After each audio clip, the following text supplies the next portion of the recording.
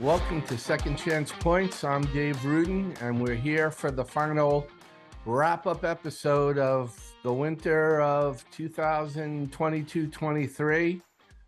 Mike Walsh joining me again. Mike, I'm back from back this morning from a weekend at Mohegan Sun where disappointing results, but we have a little bit of a kind of a wild final week of the regular season of the postseason, and we'll talk a little bit. I got some ideas after being up at Mohegan this weekend. Some thoughts again on the state playoffs for the future. But first of all, how you doing? All right, I'm doing okay, and I hope you enjoyed your weekend up at Mohegan Sun. Uh, Obviously, like you said, the results weren't what we were hoping for, but you have to give credit to first of all the Ludlow girls fought through adversity and came up short. But what a season! And I congratulate Sarah Kinsley, the coach, and all the players for an excellent job. And then let's not forget about Staples. I mean, again, they came up short, and you saw the effort that they put into that game, and actually the effort getting there. The game at West Hill that we'll talk about it was amazing. And credit to Dave and his first year as a coach, and he goes to the state finals. Uh, Tremendous. Just a great. I feel so good for him and the kids. Yeah, the the worst thing that can happen at the Rudin Report is when you cover FCIAC teams and you have a FCIAC team playing a team outside your readership area, and the FCIAC team loses, and that happened to me. That happened to me twice over the weekend. And just briefly, you mentioned Ludlow and Sarah Kinsley, but that was probably the biggest disappointment for everybody this weekend. Was you had two undefeated teams, 1 and 2 in the state, and Ludlow was already missing their best player, Callie Summers, who got hurt in the FCIAC final, and there's then the player of the year, Madison Roman, got hurt in the in the state semifinals last Monday, and she was running on one tire. So they lost 63-48, fell behind 21-4, and never recovered. But those girls played hard right to the final whistle, and it's just a shame the Ludlow players didn't say they're going to wonder what if, but I'm going to wonder what if. It would have been a great final.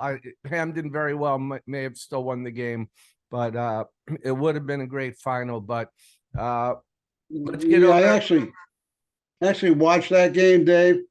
And once they got behind early, it was awful tough, especially with their injuries, to try and come back. But I would, like you, would love to have seen it, with Ludlow at full strength, because I think their opportunities were there, and maybe they would have won. But It would have been Ali Frazier if they were if Ludlow was healthy. Like I said, Hamden's a really talented team, and not can take anything away. They very easily could have still won, but we'll always wonder. And then the Staples game, which they got off to a bad start and never really recovered, were able to manage to stay close and lost to 63-50 decision to St. Bernard. And you know what? St. Bernard was just a better team.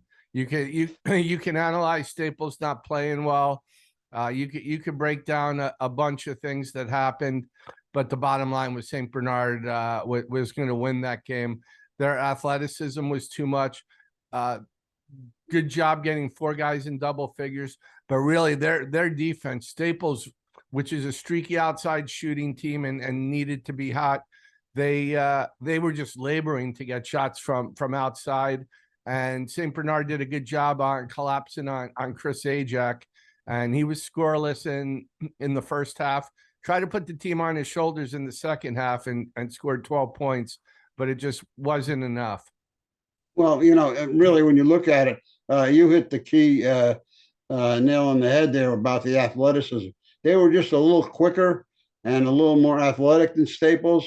And, give credit to Staples, though. They made the game ugly in the beginning, what was it halftime? 19-17 or something like It was that. 19-15 at the half. It was ugly.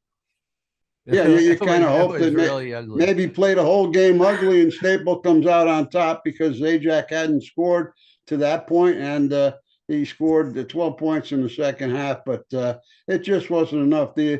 I was surprised how quick St. Bernard's was. I had seen them. You watched them a couple of times, and you thought Staples had a really good Yeah. shot. But you know, I'm watching the game early, and I'm just saying, they were going in a little bit different gear than Staples was. Well, I saw them on their court, their home court against New Canaan, and they really that court hurt them a little bit because it's a smaller court. Now they also had a little advantage over Staples in that they had played at Mohegan 3 times prior to going to that state championship game. They played early in December, and then they played in their conference championship game at Mohegan. So that big court, I think, was a little bit more difficult for Staples to handle their athleticism and quickness in the second half. But I give credit to Staples and Dave. I mean, they went to the state finals. I mean, really, when you think about it, that's quite an accomplishment. I know they came up short, but they should be proud of themselves and what they accomplished during the season. Yeah, and I agree with you, and I kind of want to wrap a bow on their season. Just it's too bad they're competitors, and it was frustrating. I don't think they were nervous. I just think they had trouble. They had a hard time really mounting any kind of an offense. Zajac had 12. Sam Klacko played well, had 10 points and shot 4 for 6. But Staples just so dependent. Staples depend, at least with the FCIAC, on Zajac more than any other team depends on one player. And well, let's talk about how fortunate they were to get to Mohegan Sun. And that's good. That's what we're going to get to, and we'll backtrack in a second. But I want to echo everything. To me, the story of Staples is, when we're talking about Staples and writing stories in the postseason, and we're going back and we're talking about things that happened 90 years ago, it says something about what this group of kids did, and with a first-year coach. I mean, we go back to when we did our preview episode. The only player anybody knew about in the FCIAC really was Chris Zajac. It was the only player who had appreciable minutes. Nobody knew anything really about Dave Goldshore, the coach, other than he'd been an assistant for 5 years. If I had told you back in January 1st that Staples was going to play in the FCIAC and the state championship game, what would you have said? Well, I would think you've been visiting some of those cannabis shops or something like that, because I didn't think Staples. I thought they were going to be good, but to go to the state finals and to the FCIAC finals, knock off Richfield twice. I mean, Richfield's a really good team, and to go to Richfield first game of the year, beat them, and then come to the FCIAC quarter for semifinals and beat Richfield again.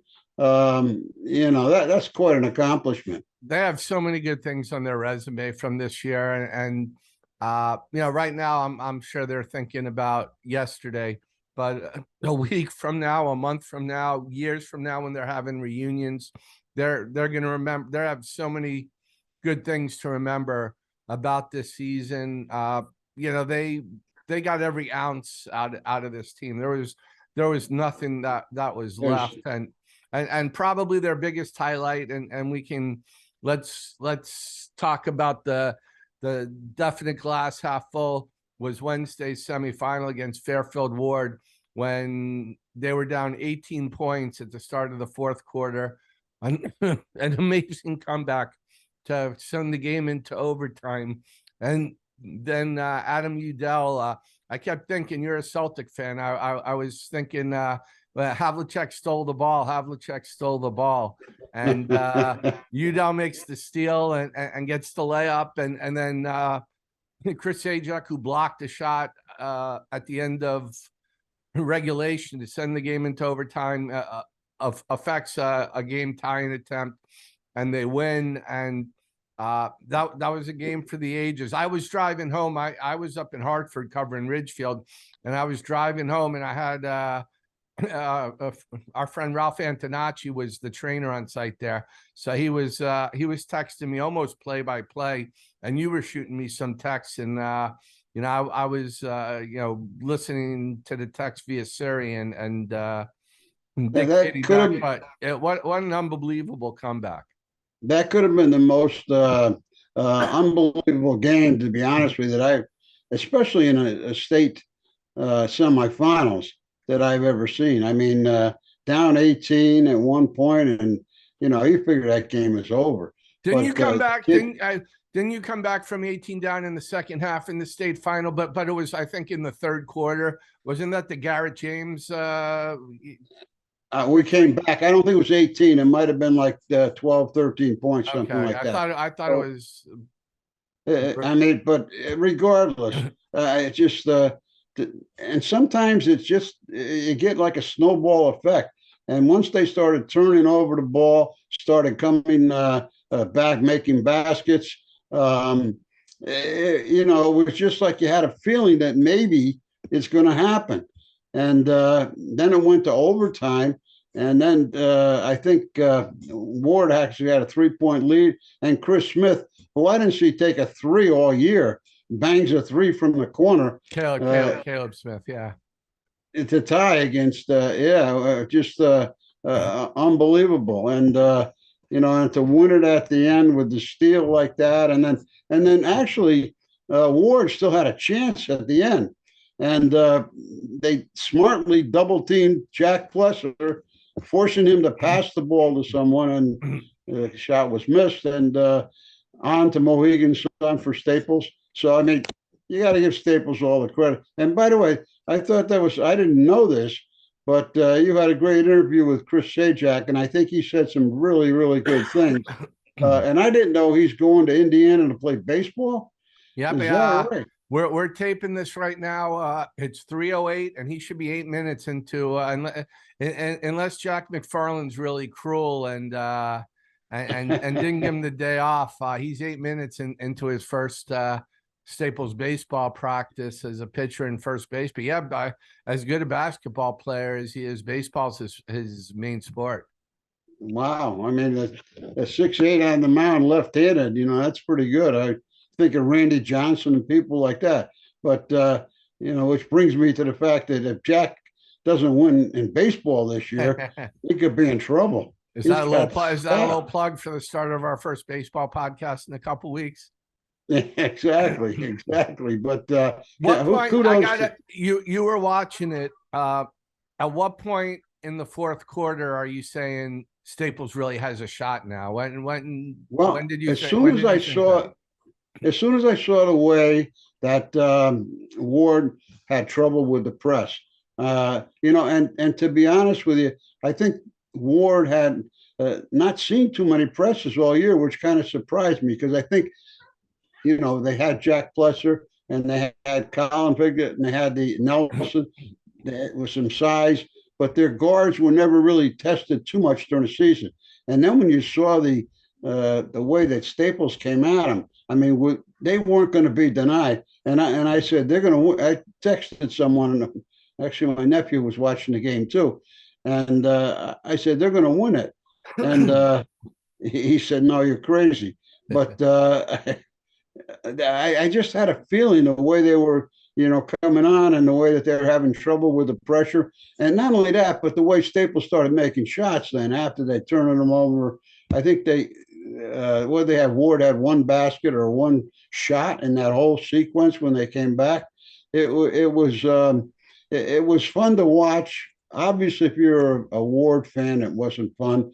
I feel bad for two people. I mean, obviously the whole Ward team. When you lose a game like that, it's just it's something you remember for a long time. And I've lost games like that. I couldn't sleep. I don't know if Ryan Swaller got any sleep, but he just does a great job coaching, and to lose a game like that is really a tough thing. And kudos to Ryan. He handled it classy. He just said they just came back and were better. And the other, I feel sorry for Jack Plesser, who really was the player of the year this year.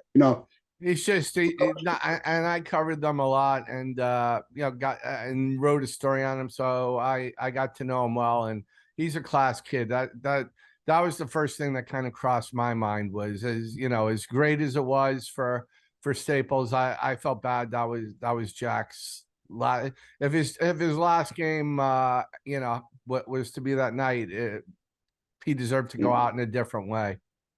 Well, listen, he's a smart kid. He's 4.5 in the classroom, according to what your interview said.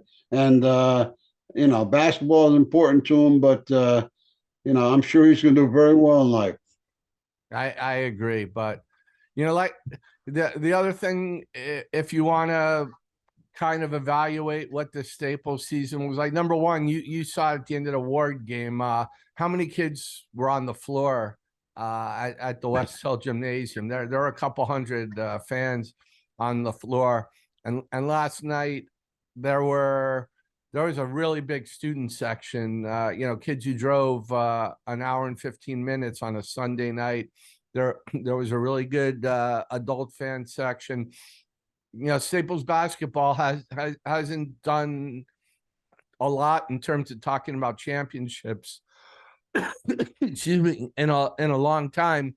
And you know what? The last 3 months they really brought Westport together. And I grew up in Westport, and I'm still consider myself a Westporter. So I know everybody in town, and they really brought that town together in a sport that hasn't had as much success as some of the other sports. So again, I mean, those guys, they might not realize it now, but they will soon. They just have a lot of highlights on their resume, and credit to Dave Goldschon and the job he did in his first year too, and helping to lead the program to its highest point in decades. No question. And we should mention our good friend Colin Devine. Colin, coached that team for many years and always to the brink of success almost, and never could get over the hump. But he cultivated those kids. I mean, a lot of those kids were kids that he developed over the years, and then it was pretty great job by Dave coming in and taking over and going forward. And I'm sure that he went to Colin several times and asked for his expertise. So, I mean, the whole Staples contingent should be proud. The fans, the students, and obviously the players themselves. And I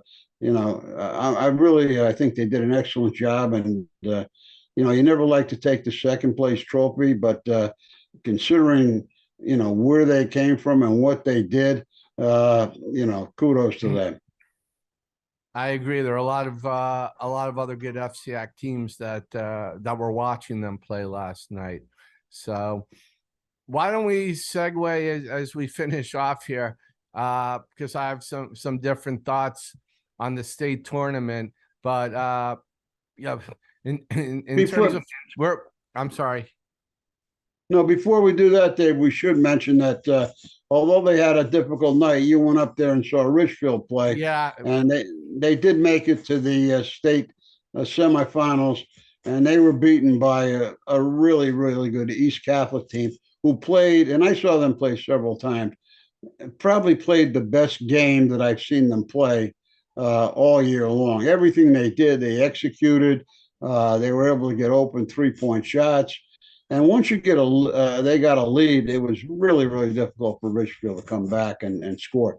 Nobody talks about East Catholic's defense, but their defense is how they won. In fact, that's how they won the state championship game against Northwest Catholic. So Richfield has nothing to be ashamed of.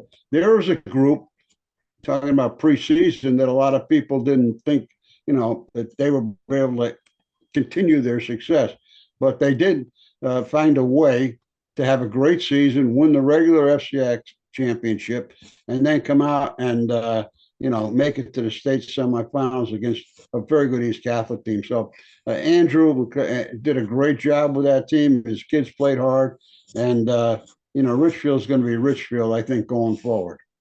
Yeah, I mean they got two starters and two reserves that got a lot of playing time back, and Drew's got that conveyor belt that just keeps churning out players every year. But I was thinking about this driving home this morning, the way we do the state playoffs.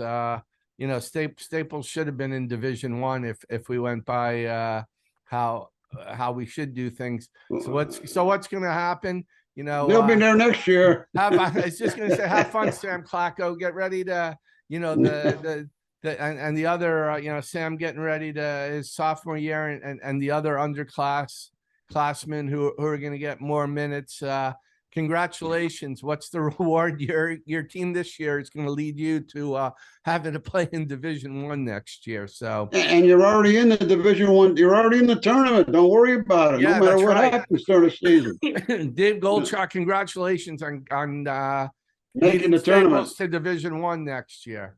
Yeah, and I think Ward will move up to Division I too. I think, yeah, it'll be. So, I mean, and he graduates a lot of his players, so it just goes back to show what's going on with that whole fiasco there. And I did. I was there Saturday and Sunday. First of all, and we knocked. We knocked the format a lot. That tournament, and you've been there at Mohegan Sun, is just a first-class tournament. That's so special for the kids. They treat the media, they treat everybody. So, before we get into format discussion, that people in every other state would be jealous if they saw what that tournament's like at Mohegan Sun and the experience that everybody gets. I agree 110%, Dave. I've been fortunate to be there several times and to actually win a boys and a girls state championship at Mohegan Sun. Trivia, but you're gonna be a trivia question years from now. The way they treat you is first class. I mean, you get the regular WNBA locker rooms. Everything is there. When the kids finish the game, they're all given like sandwiches and cookies and all that, and they treat you first class. It's really a nice venue, and kudos to the CIAC on that. And by same token, they do very well too. They make their money. They have 4 admissions, and those 4 admissions are at $10 a piece, and say 5,000. So it helps to the other sports to fund them as far as that's concerned. But I still think the glass, and this is where I became really cynical this weekend. The problem, the glass half empty view is because so much money's coming in.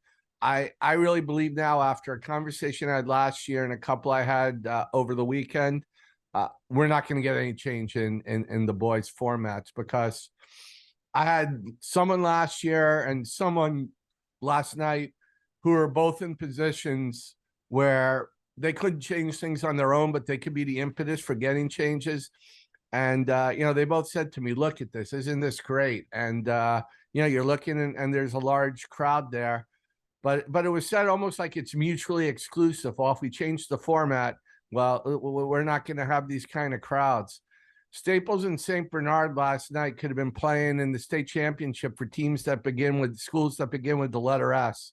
And you would have had as many fans there as you did last night. If you had a state championship, well, teams that school colors are red, you would have had as many fans there. So, it's a huge draw, but I hate to. When you say you have a Division I tournament and you're saying to everybody, these are the best teams, what was I covering the NIT last night with Staples and St. Bernard? Now it's difficult. And that's, I'll let you, but that's why I have a different view now of what I would like to do with the tournament. Well, I first of all, the idea that so many people have said this, that you go back 3 years and form your divisions is absolutely ludicrous, ridiculous. That's how West Hill ended up in Division One and didn't win a game. It was 0-20. And next year, if they don't change it, Staples, even though they lose everybody, uh, St. Bernard's, who loses everybody also, they're all going to go up to Division One. Everybody's going to get into Division One a year too late. It is. That's what it's basically like, because basketball's a sport where there's, you know, losing one or two people or gaining one or two people can change the entire complexion of your team. No, and let's hope that if they make any change to it, that it's based on this year's what you did this year. Because if that happened, we would have had a tremendous Division One tournament, because you would have seen teams like two Division Three teams, WCA and Bloomfield, were both excellent teams. I watched that game. They could beat a lot of the teams in Division One.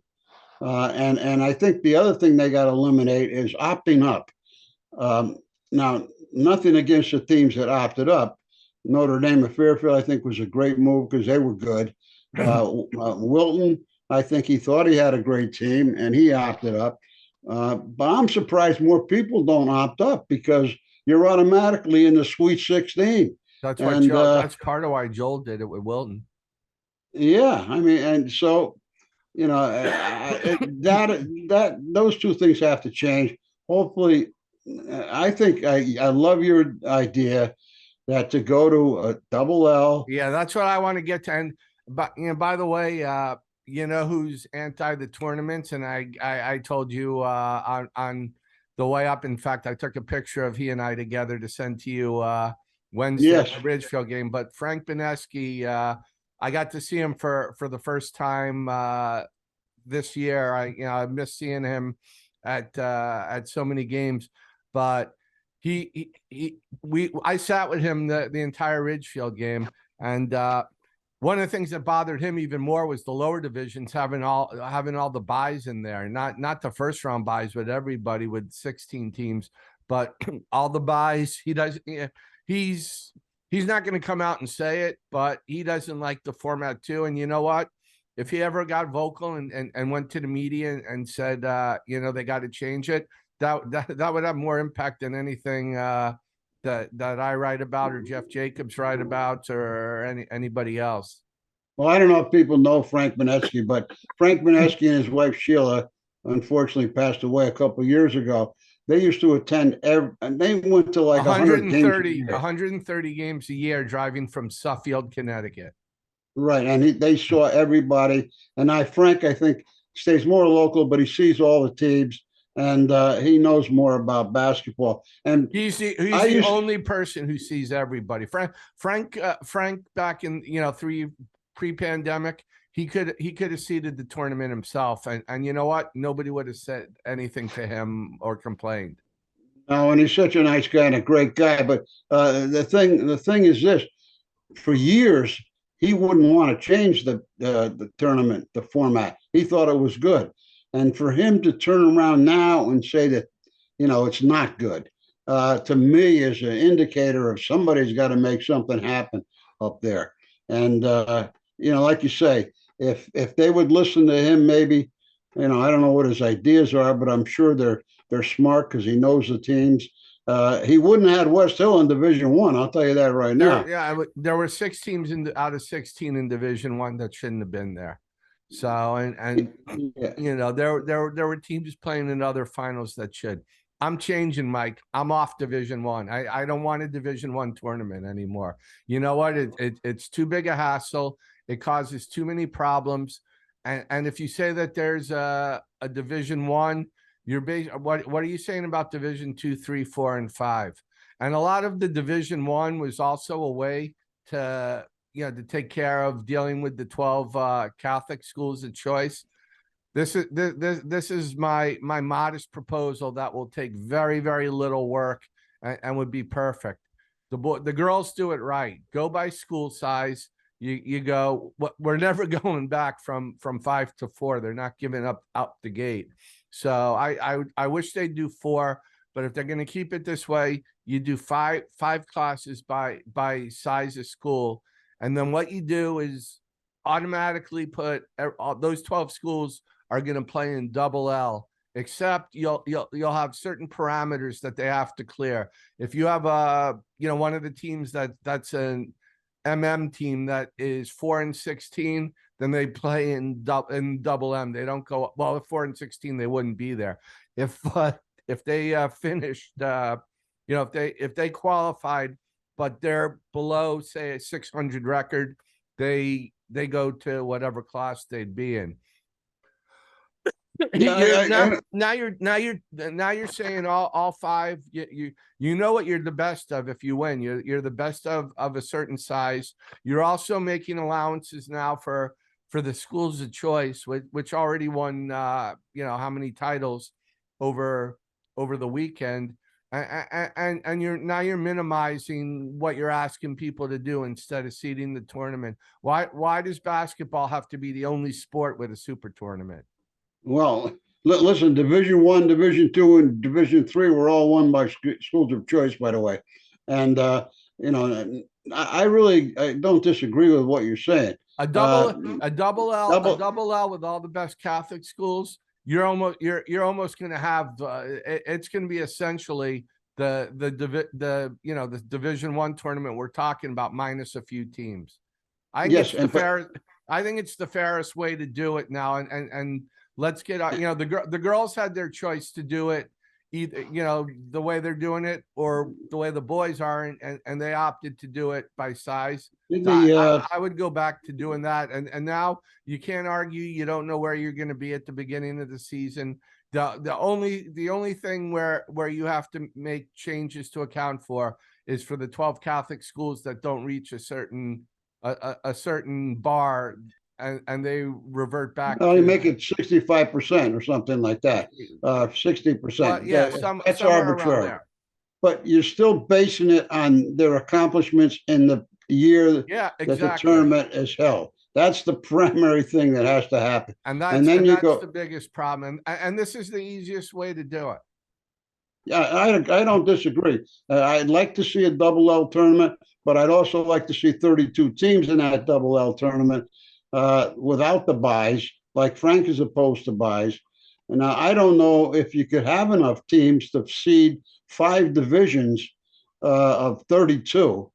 Or whatever, that there wouldn't be buys. You'll just do that. They do that in every single sport. That if you're gonna have 5, and that's why it should be 4 and not 5. But like I said, they're not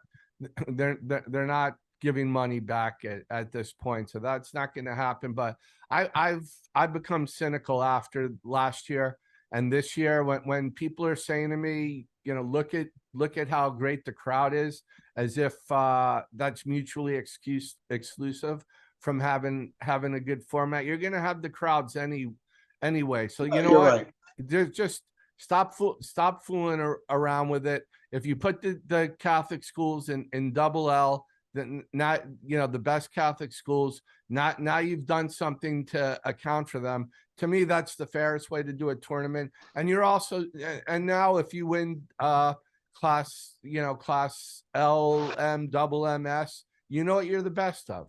You're not saying Division II or Division III are substandard tournaments. No, I kind of agree with that, and I'd like to see that happen. But I still think going to 32 teams in double L really gives you the right champ. I agree. The best team. But the best team. I agree. We all would like the top tournament to be 32, but the bottom line is, we have to compromise somewhere, and 16 isn't enough, Dave. I don't mean to interrupt. But in the double L, you'd have more than that. That's true. Yeah, I have to look. Let me see if I can really look up quickly here how many double L teams there were in the girls' field this year. But and then you'd be adding, about 8 to 10 teams. Just if you the girls' double L tournament this year had, you'd have more than 32 teams if it goes by So 25, They had to play down. a 26, a 27. They had 27 teams in there.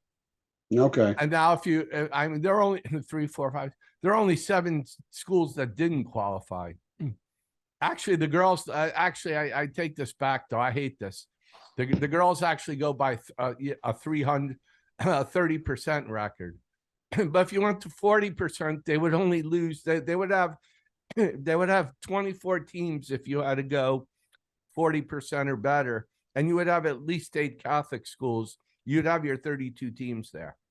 Oh, I think you're absolutely right. And it would have been nice to see what a Staples would have done and what a St. Bernard's would have done, or even Ward or any of these teams, as opposed to Bristol Central, as opposed to West Hill and West Haven. Some of these teams that were put in Division One, it was unfair to them.